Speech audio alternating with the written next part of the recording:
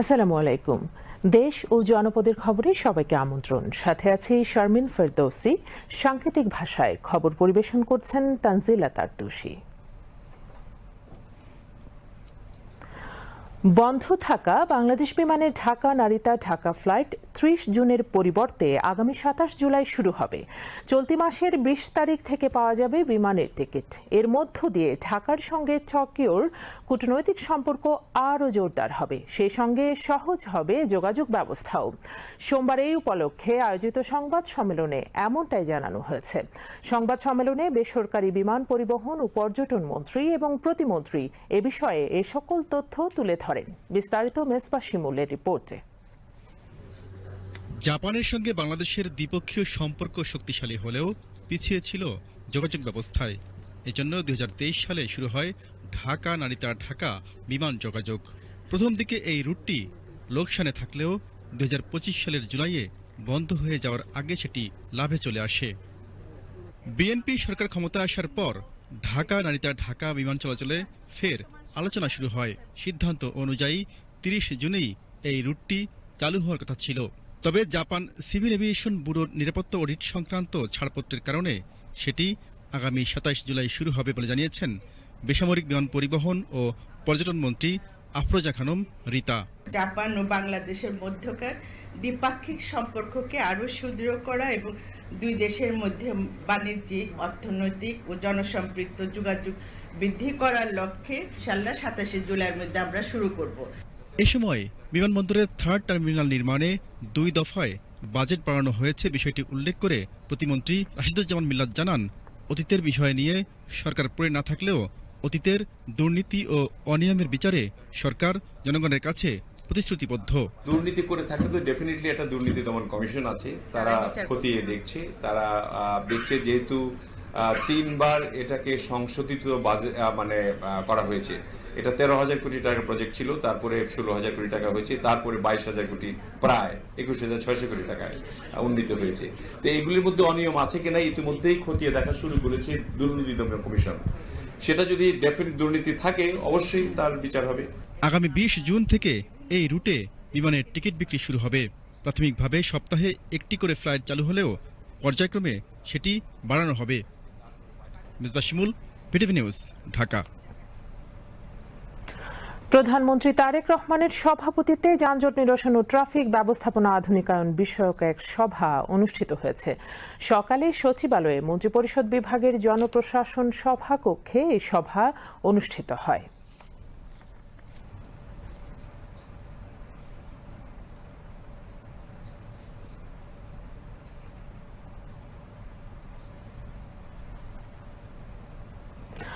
২০২৬-২৭ অর্থ বছরে ফ্যামিলি কার্ডের জন্য ১৪,০০০ কোটি টাকা বরাদ্দ করেছে সরকার। এই প্রকল্প যাতে সঠিক এবং সুষ্ঠুভাবে বাস্তবায়ন করা যায় সেজন্য সংশ্লিষ্ট মন্ত্রণালয়কে নির্দেশ দিয়েছে অর্থ মন্ত্রণালয়। সোমবার সচিবালয়ের নিজ দপ্তরে সংবাদ সম্মেলনে একথা বলেন অর্থমন্ত্রী আমির খসরু মাহমুদ চৌধুরী। তিনি বলেন, এই প্রথম কোনো প্রকল্পে দলীয় লোকজনকে সম্পৃক্ত করা হচ্ছে না। দেশের দরিদ্র পরিবারের জীবনযাপনের মান উন্নয়নে এই প্রকল্প নিয়ে সরকার আন্তরিক। এছাড়া ফ্যামিলি কার্ডের টাকা কোনোভাবেই যাতে পরিবারের পুরুষদের কাছে না যায় সেটা কঠোরভাবে মনিটরিং করা হবে বলে জানান অর্থমন্ত্রী। এবারের বাজেটে দেশের স্বাস্থ্য সেবাকে আরও আধুনিক, সহজলভ্য ও সমন্বিত করতে হেলথ কার্ড চালু এবং জাতীয় অ্যাম্বুলেন্স পুল গঠনের পরিকল্পনা নিয়েছে সরকার। প্রাথমিক পর্যায়ে দেশের কয়েকটি জেলায় এই হেলথ কার্ড চালুর পরিকল্পনা হাতে নেওয়া হয়েছে বলে জানান স্বাস্থ্য অধিদপ্তরের অতিরিক্ত মহাপরিচালক ডক্টর ফ্লোরা তাসমিম। এর মাধ্যমে একজন নাগরিকের চিকিৎসা সংক্রান্ত তথ্য ডিজিটাল প্ল্যাটফর্মে সংরক্ষিত হবে এবং জরুরি মুহূর্তে দ্রুত অ্যাম্বুলেন্স সেবা নিশ্চিত করা সম্ভব হবে বলে জানান তিনি। সুরাইয়া মুন্নির রিপোর্ট। এবারের বাজেটে স্বাস্থ্য খাতের ডিজিটাল রূপান্তরের অংশ হিসেবে হেলথ কার্ড চালুর উদ্যোগ নেওয়া হয়েছে। এই কার্ডের মাধ্যমে রোগীর চিকিৎসার ইতিহাস, পরীক্ষার ফলাফল, ব্যবহৃত ওষুধ এবং বিভিন্ন স্বাস্থ্যসেবা গ্রহণের তথ্য একটি সমন্বিত ডাটাবেজে সংরক্ষিত থাকবে।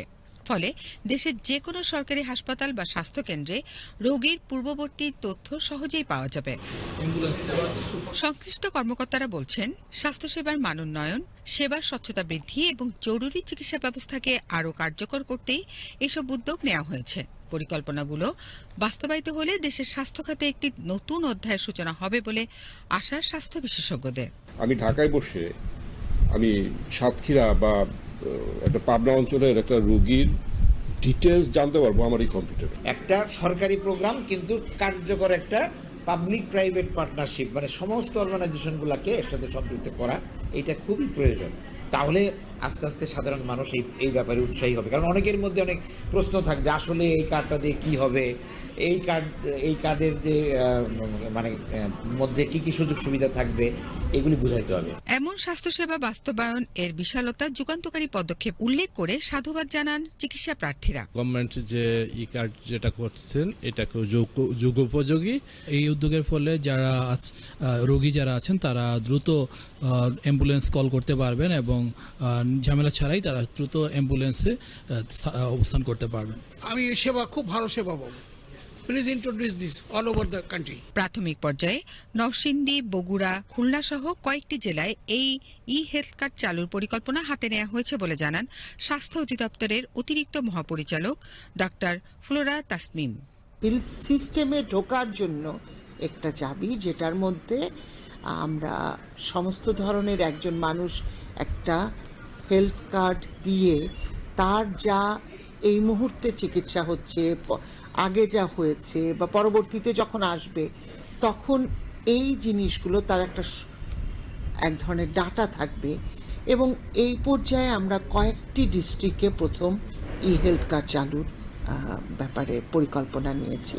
জরুরি চিকিৎসা সেবা আরও কার্যকর করতে জাতীয় অ্যাম্বুলেন্স পুল গঠনের পরিকল্পনা সহ সরকারি ও বেসরকারি পর্যায়ে অ্যাম্বুলেন্সগুলো একটি কেন্দ্রীয় নেটওয়ার্কের আওতায় আনা হবে।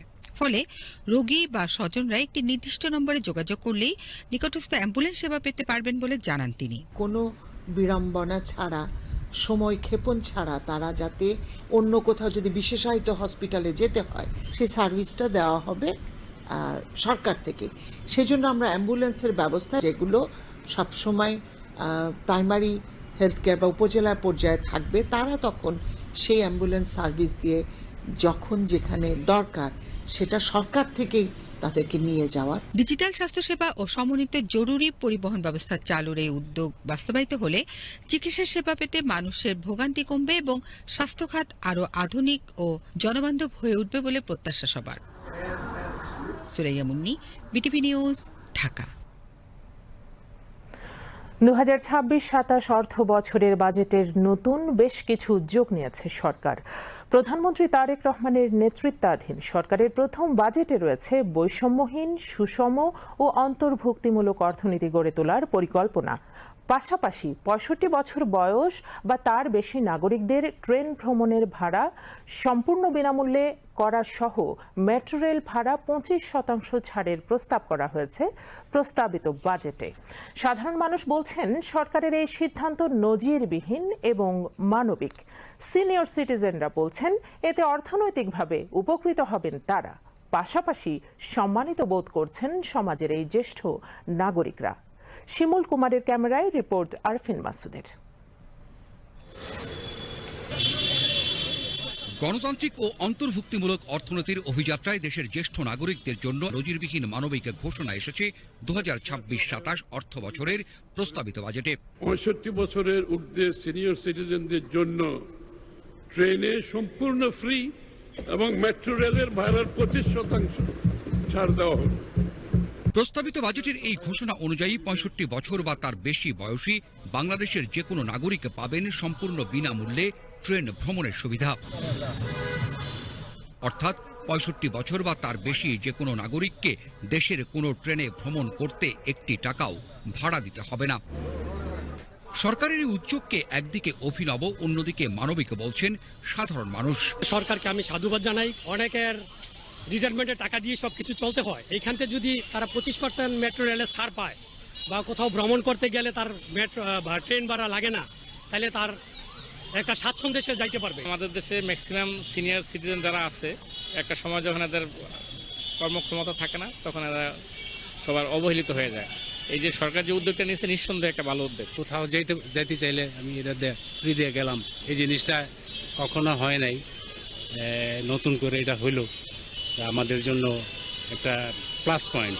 65 ঊর্ধ্ব জ্যেষ্ঠ নাগরিকরা বললেন, বিনামূল্যে রেল ভ্রমণের সরকারি এই উদ্যোগে সরাসরি আর্থিকভাবে উপকৃত হবেন তারা।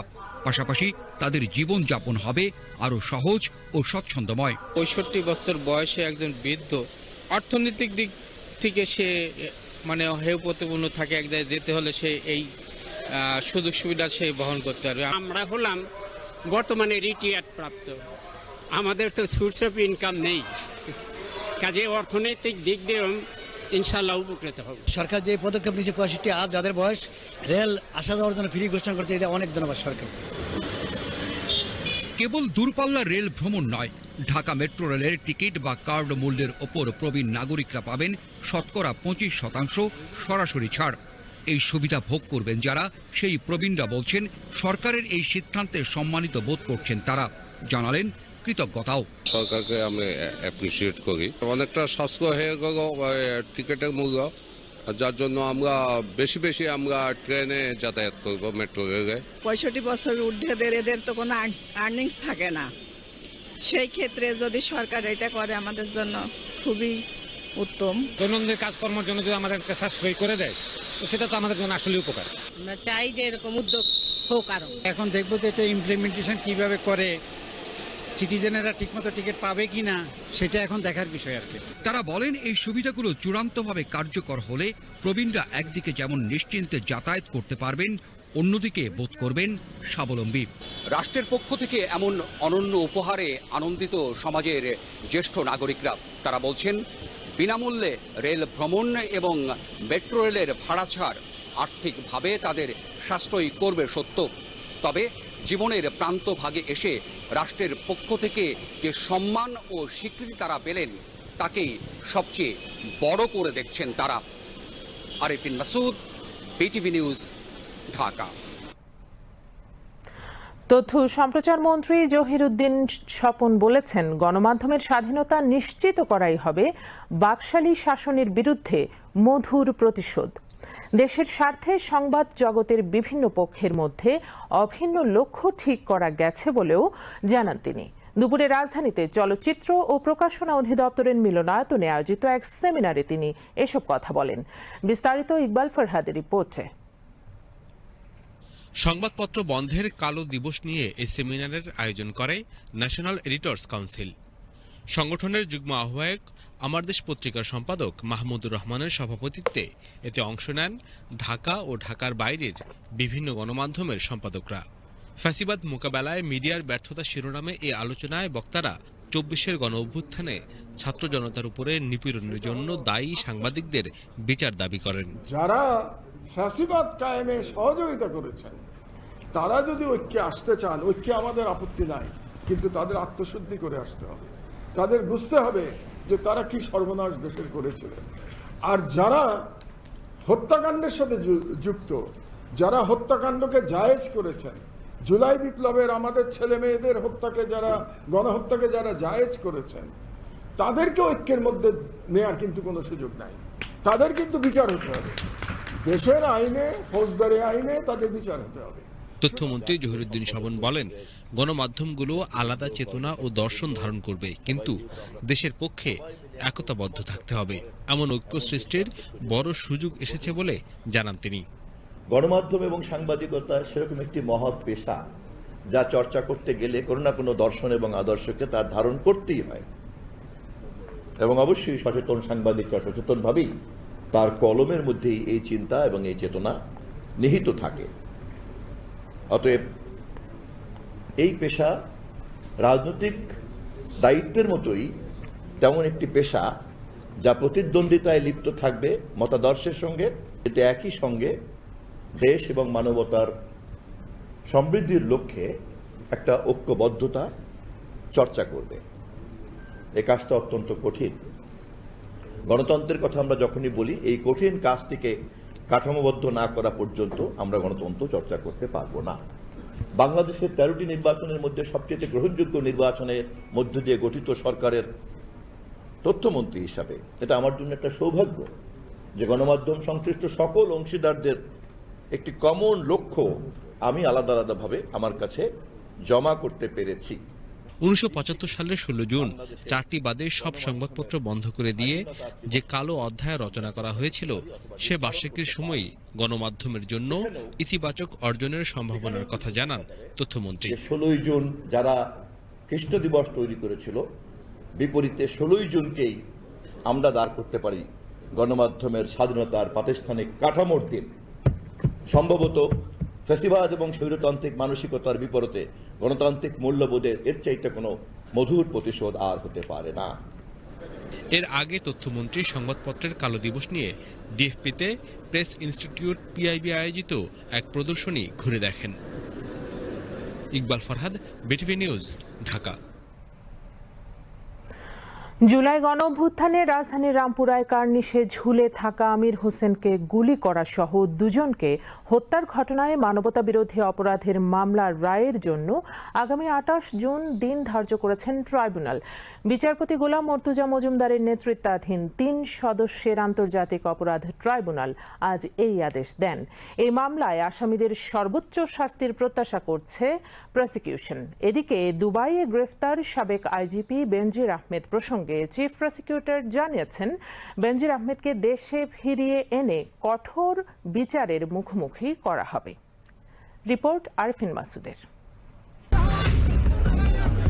24 জুলাই গণঅভ্যুত্থানে মানবতাবিরোধী অপরাধের বিভিন্ন মামলার বিচার কাজ চলমান রয়েছে আন্তর্জাতিক অপরাধ ট্রাইব্যুনালে।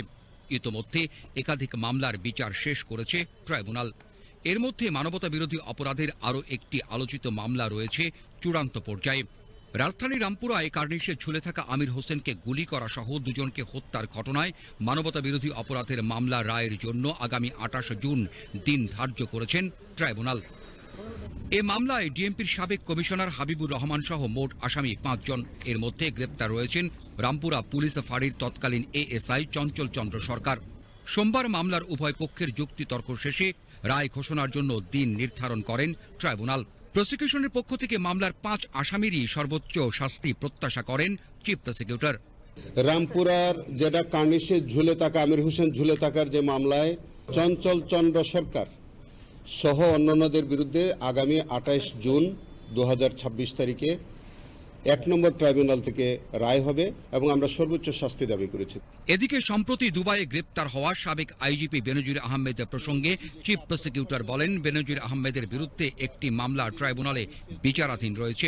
এছাড়াও শাপলা হত্যাকাণ্ড সহ অন্ততপক্ষে 10টি মামলার তদন্তে সাবেক আইজিপি বেনজির আহমেদের সম্পৃক্ততা পাওয়া গেছে। ইন্টারপোলের মাধ্যমে আমরা গতকালকে দেখতে পেয়েছি তিনি গ্রেফতার হয়েছেন। তিনি শুধু শাপলা চত্বরের মাস্টারমাইন্ড না, তার বিরুদ্ধে আমাদের এখানে প্রায় 10টির মতো মামলা আমরা কিন্তু ইনভেস্টিগেশন করে যাচ্ছি এবং প্রত্যেকটার সাথে তার কানেকশন আছে। তিনি যখন র্যাবের প্রধান ছিলেন তখন গুমের সাথে যেগুলো অলরেডি চলমান আছে তার মধ্যে বিচার চলছে, তাকে যদি বাংলাদেশে আনা হয় আমাদের এই ট্রাইব্যুনালেও তাকে আনা হবে এবং তার বিচারের ব্যাপারে আমাদের ট্রাইব্যুনাল সর্বোচ্চ কঠোর হস্তে এই বিচারটি সম্পন্ন করা হবে। চিফ প্রসিকিউটর জানান, ট্রাইব্যুনালের পক্ষ থেকে সরকারের মাধ্যমে ইতিমধ্যে তাকে ফেরত চেয়ে আবেদন জানানো হয়েছে। 3টে ওয়ারেন্ট আমরা অলরেডি ইন্টারপোল পাঠিয়ে দিয়েছি। Arifin Masud, BTV news, Dhaka. আগামীর বাংলাদেশ গড়তে এবং দক্ষ মানব সম্পদ উন্নয়নে শিক্ষা খাতকে বর্তমান সরকার সবচেয়ে বেশি গুরুত্ব দিচ্ছে বলে জানিয়েছেন শিক্ষামন্ত্রী ডক্টর আ.ন.ম এহসানুল হক মিলন। তিনি বলেন, কারিগরি শিক্ষাকে বাদ দিয়ে দক্ষ মানব সম্পদ উন্নয়ন সম্ভব নয়। এ লক্ষ্যকে সামনে রেখে এখন থেকে 6ষ্ঠ শ্রেণী থেকেই কারিগরি শিক্ষা অন্তর্ভুক্ত করা হচ্ছে। আজ রাজধানীর মোহাম্মদপুরের সরকারি শারীরিক শিক্ষা কলেজ খেলার মাঠে জাতীয় প্রাথমিক শিক্ষা পদক প্রতিযোগিতা 2026-এর উদ্বোধনী অনুষ্ঠানে প্রধান অতিথির বক্তব্যে শিক্ষামন্ত্রী এসব কথা বলেন। শিক্ষামন্ত্রী জানান, সৃজনশীল লেখাপড়ার উপর বিশেষ লক্ষ্য রেখে নতুন শিক্ষা কারিকুলাম তৈরি করা হচ্ছে। আগামী 2028 সালে নতুন সিলেবাস ও নতুন কারিকুলামে শিক্ষার্থীরা বই পাবে। এরই ধারাবাহিকতায় আগামী ডিসেম্বরের মধ্যেই পরিমার্জিত বিবেচিত সব বই দেশের সব স্কুলে পৌঁছে দেওয়া হবে। এছাড়া শিক্ষার্থীদের সহায়তায় আগামী জুলাইয়ের শেষ সপ্তাহে বিনামূল্যে স্কুল ড্রেস বিতরণ কার্যক্রম শুরু হবে বলেও ঘোষণা দেন তিনি। উচ্চশিক্ষায় সেশন জট ও বিলম্ব এড়ানোর বিষয়ে শিক্ষামন্ত্রী বলেন, আগামী 20 জুলাইয়ের মধ্যেই এইচএসসি ও সমমান পরীক্ষার ফল প্রকাশের চেষ্টা চলছে। সরকারি স্বাস্থ্য ব্যবস্থায় 25,000 মিডওয়াইফ প্রশিক্ষণ ও নিয়োগের ঘোষণা দিয়ে লিসবনে অনুষ্ঠিত মিডওয়াইফ কংগ্রেসে বিশ্ব স্বাস্থ্য অঙ্গনের কেন্দ্রবিন্দুতে চলে এসেছে বাংলাদেশ। 2026 থেকে 2030 সালের মধ্যে বাংলাদেশ সরকারি স্বাস্থ্য ব্যবস্থায় এ নিয়োগ দেওয়া হবে। গতকাল লিসবনে অনুষ্ঠিত 34তম আন্তর্জাতিক মিডওয়াইফ সংঘের ত্রিবার্ষিক কংগ্রেসে প্রধানমন্ত্রীর স্বাস্থ্য বিষয়ক বিশেষ সহকারী ডক্টর এস.এম. জিয়াউদ্দিন হায়দার এবং ইউএনএফপি এর নির্বাহী পরিচালক ডিএন কেইটা বাংলাদেশের মিডওয়াইফ কর্মশক্তিতে স্মরণকালের সবচেয়ে বড় এই বিনিয়োগ অঙ্গীকারটির কথা ব্যক্ত করেন। ইউএনএফপি এর নির্বাহী পরিচালক পেশাদার মিডওয়াইফ বাহিনী গঠনে বাংলাদেশকে একটি পথপ্রদর্শক হিসেবে উল্লেখ করেন এবং বৈশ্বিক মিডওয়াইফারি অ্যাক্সিলারেটরি নেতৃত্বদানকারী হাতে গোনা কয়েকটি সেরা দেশের মধ্যে বাংলাদেশ অন্যতম বলে উল্লেখ করেন। মিস কেইটা বলেন, বাংলাদেশ বিশ্বকে দেখাচ্ছে যে মিডওয়াইফদের পেছনে বিনিয়োগ করা মানেই জীবন রক্ষায় বিনিয়োগ করা। তিনি আরও বলেন, এই যুগান্তকারী অঙ্গীকার একই সাথে একটি শক্তিশালী বার্তা, আর তা হলো মাতৃমৃত্যু অনিবার্য নয়। কৃষকের দুয়ারে কোল্ড স্টোরেজ সুবিধা পৌঁছে দিতে আগামী 2 বছরের মধ্যে 2000 মিনি কোল্ড স্টোরেজ তৈরি করা হবে বলে জানিয়েছেন কৃষিমন্ত্রী আমিনুর রশিদ। তিনি আজ ঢাকায় বাংলাদেশের কৃষি খাদ্য ব্যবস্থাপনায় মানসম্মত প্রবৃদ্ধি ও কর্মসংস্থান সৃষ্টির লক্ষ্যে কৃষি খাতে সরকারি ব্যয়ের পুনর্বিন্যাস শীর্ষক সেমিনারে একথা বলেন। বিশ্ব ব্যাংক এবং south Asian network on economic modelling SANEM যৌথভাবে সেমিনারের আয়োজন করে।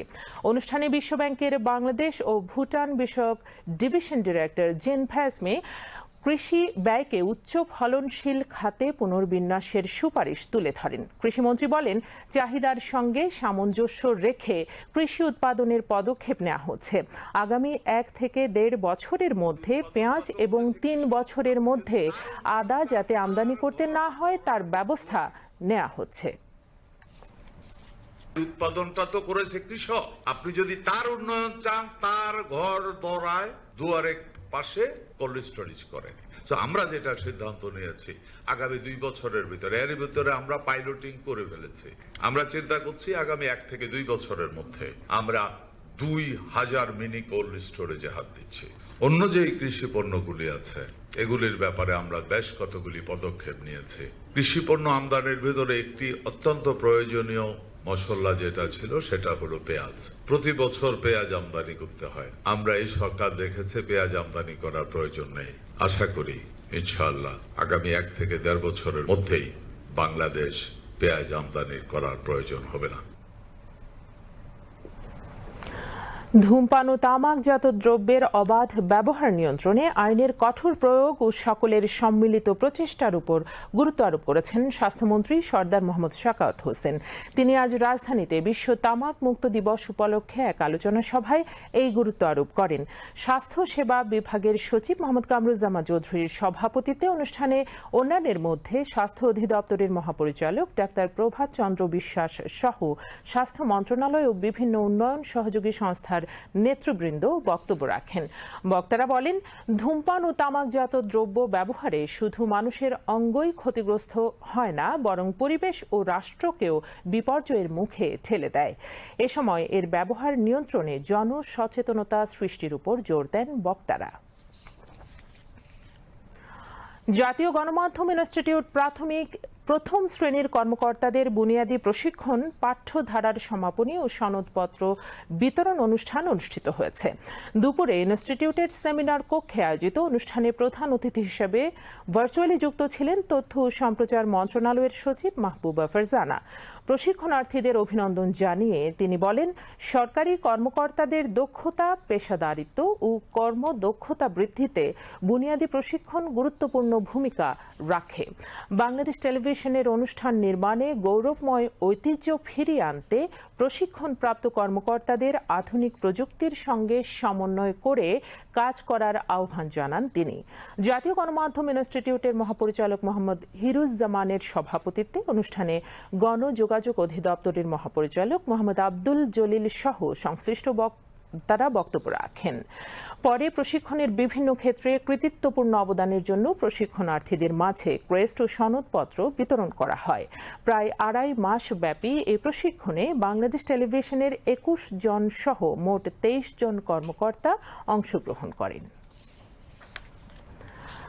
তথ্য প্রযুক্তি ও টেলিকম খাতকে দেশের ভবিষ্যৎ অর্থনৈতিক প্রবৃদ্ধির অন্যতম চালিকা শক্তি হিসেবে দেখছে সরকার। সেই লক্ষ্যকে সামনে রেখে নতুন বাজেটে এসেছে কর ছাড়, প্রণোদনা, 5G সম্প্রসারণ, স্টার্টআপ সহায়তা এবং ডিজিটাল অবকাঠামো উন্নয়নের নানা উদ্যোগ। তবে বিশেষজ্ঞরা বলছেন এসব পরিকল্পনার সফলতা নির্ভর করবে দ্রুত ও কার্যকর বাস্তবায়নের উপর। কুমার বিশ্বজিৎ রায়ের প্রতিবেদন। 2025-2026 অর্থবছরের সম্পূরক বাজেট তথ্য প্রযুক্তি ও টেলিকম খাতকে এবারের বাজেটের অন্যতম অগ্রাধিকার হিসেবে ঘোষণা করেছে সরকার। নতুন অর্থ বছরের বাজেটে দুটি খাতে দেয়া হয়েছে কর ছাড় ও প্রণোদনা। এসেছে একাধিক স্বস্তির ঘোষণা। মাননীয় প্রধানমন্ত্রী ডিজিটাল পরিচয় ব্যবস্থা, one citizen one ID, one wallet, 5G ও উচ্চগতির ব্রডব্যান্ড সম্প্রসারণের পাশাপাশি ফ্রিল্যান্সিং, কন্টেন্ট ক্রিয়েশন ও স্টার্টআপ খাতে কর ভ্যাট ছাড়ের প্রস্তাব রাখা হয়েছে এবারের বাজেটে। এই ভিশনগুলোকে তারা যে বাজেটের সাথে অ্যালাইন করে আমাদের মানুষদেরকে জানাচ্ছে, দেশের মানুষদেরকে, এটা খুব আশার একটা জায়গা। সো আমার দৃঢ় বিশ্বাস যে যদি রাইট ইমপ্লিমেন্টেশন হয় তাহলে আমাদের ইকোনমি একটা বড় বুস্ট আপ পাবে। আসলে একই সঙ্গে 500 কোটি টাকার স্টার্টআপ তহবিল, সেমিকন্ডাক্টর শিল্পে কর অব্যাহতি, প্রযুক্তি পণ্যে শুল্ক ছাড়, one teacher one tab, free wifi ও এআই ভিত্তিক সরকারি সেবা চালুর উদ্যোগ নেওয়া হয়েছে। লক্ষ্য বাংলাদেশকে বৈশ্বিক ইলেকট্রনিক্স উৎপাদন কেন্দ্র হিসেবে গড়ে তোলা।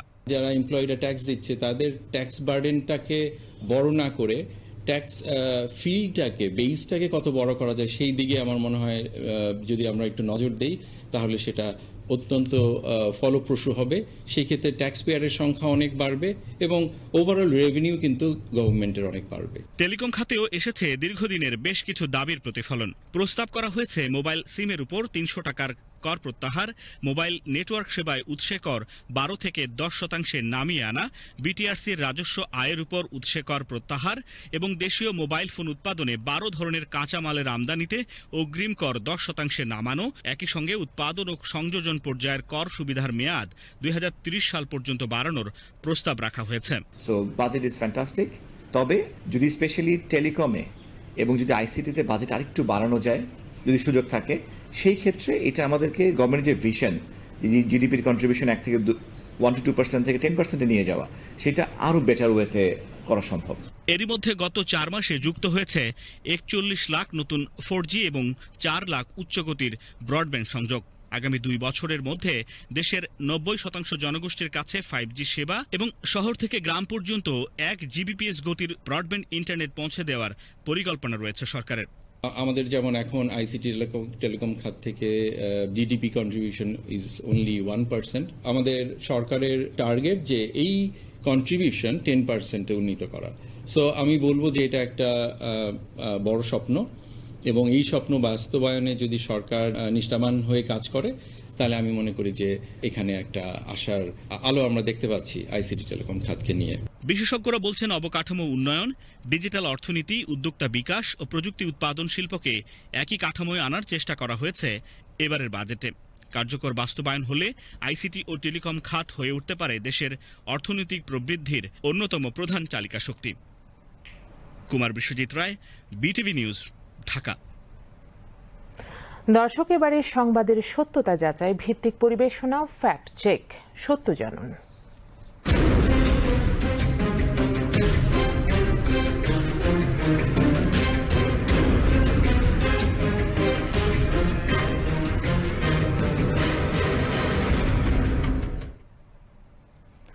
সম্প্রতি বাংলাদেশ আওয়ামী লীগের এক কর্মী কর্তৃক থানার ভেতরে পুলিশ হেফাজতে থাকা একজন বিএনপির কর্মীকে মাথায় লাঠি দিয়ে আঘাত করে হত্যার দৃশ্য দাবিতে একটি ভিডিও ইন্টারনেটে বিভিন্ন প্ল্যাটফর্মে প্রচার করা হয়েছে। রিউমার স্ক্যানার টিমের অনুসন্ধানে জানা যায়, পুলিশ হেফাজতে থাকা বিএনপি কর্মীকে আওয়ামী লীগ কর্মীর আঘাত করে হত্যার দাবিতে প্রচারিত এই ভিডিওটি আসল নয়। মাহফুজুর রহমানের প্রতিবেদন। সম্প্রতি বাংলাদেশ আওয়ামী লীগের এক কর্মী কর্তৃক থানার ভেতরে পুলিশ হেফাজতে থাকা একজন বিএনপির কর্মীকে মাথায় লাঠি দিয়ে আঘাত করে হত্যার দৃশ্য দাবিতে একটি ভিডিও ইন্টারনেটে বিভিন্ন প্ল্যাটফর্মে প্রচার করা হয়েছে। রিউমার স্ক্যানার টিমের অনুসন্ধানে জানা যায়, পুলিশ হেফাজতে থাকা বিএনপি কর্মীকে আওয়ামী লীগ কর্মীর আঘাত করা হত্যার দাবিতে প্রচারিত এই ভিডিওটি আসল নয়। প্রকৃতপক্ষে 2025 সালে মৌলভীবাজারের কুলাউড়ায় এক শিক্ষার্থী হত্যা মামলার আসামি জুনেলকে আদালতে হাজির করার একটি স্থিরচিত্র ব্যবহার করে কৃত্রিম বুদ্ধিমত্তা এআই প্রযুক্তির মাধ্যমে এই আলোচিত ভিডিওটি তৈরি করা হয়েছে।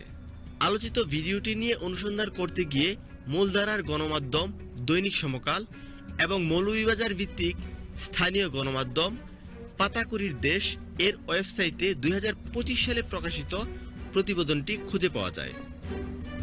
এসব প্রতিবেদনে সংযুক্ত ছবির সঙ্গে আলোচিত দাবিতে প্রচারিত ভিডিওটিতে দেখা আসামি ও পুলিশ সদস্যদের মিল পাওয়া গেছে। উক্ত প্রতিবেদনগুলোতে ব্যবহৃত ছবিটি পর্যালোচনার মাধ্যমে দেখা যায়, আলোচিত দাবিতে প্রচারিত ভিডিওটির দৃশ্য এবং গণমাধ্যমে প্রচারিত ছবি একই স্থানের। এছাড়া ছবিগুলোতে আসামিকে পুলিশ সদস্যরা একইভাবে ধরে রাখতে দেখা যায়। ছবিটি 2025 সালের এবং ছবি থেকে এআই ভিডিও তৈরি করে ছড়িয়ে দেওয়া হয়েছে। এরকম বিভ্রান্তিমূলক ছবি বা ভিডিও যাচাই না করে শেয়ার না করার পরামর্শ বিশেষজ্ঞদের। Desk report, VTV news. Jessore জেলার অতিরিক্ত পরিচালকের কার্যালয় কনফারেন্স রুমে কৃষি তথ্য সার্ভিস খুলনা অঞ্চলের আয়োজনে বাংলাদেশের প্রেক্ষাপটে প্রিসিশন এগ্রিকালচার শীর্ষক সেমিনার অনুষ্ঠিত হয়। অনুষ্ঠানে প্রধান অতিথি হিসেবে বক্তব্য দেন অত্র অঞ্চলের অতিরিক্ত পরিচালক আলমগীর বিশ্বাস। তিনি বলেন, প্রিসিশন এগ্রিকালচার আমাদের ভবিষ্যৎ কৃষির একটি চিত্র। বাংলাদেশেও উন্নত দেশগুলোর সাথে তাল মিলিয়ে একসময় প্রিসিশন এগ্রিকালচারকে ধারণ করবে। দর্শক, এরই মধ্য দিয়ে শেষ করছি দেশ ও জনপদের খবর। সেই সাথে আমন্ত্রণ রইল আমাদের পরবর্তী সংবাদ দেখার। আল্লাহ হাফেজ।